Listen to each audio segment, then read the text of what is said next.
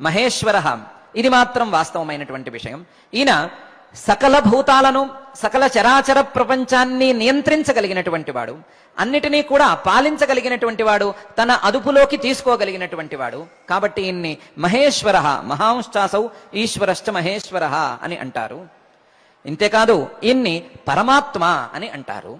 ఈయన్ని పరమాత్మ అని ఎందుకంటారు అంటే, ప్రతి వ్యక్తి నువ్వెవరివి అంటే నేను అని తన యొక్క దేహాన్ని చూపిస్తాడు.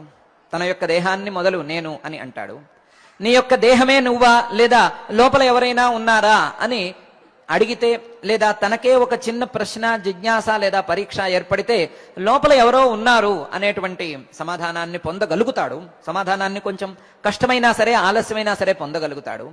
ఆ లోపల ఉండేది ఎవరు అనే ప్రశ్నకు సమాధానం, నిజమైన సమాధానం ఎవరైతే దొరుకుతారో ఆయనే ఆత్మ. ఆయనే ఈ దేహేంద్రియాదులన్నిటికంటే కూడా పరముడు లేదా సర్వోత్కృష్టుడు, లోపల ఉన్నవాడు, సర్వాంతరుడు. కాబట్టి ఆయనకు పరమాత్మ అని పేరు. పరమాత్మ ఇతి చ అపి ఉక్తః.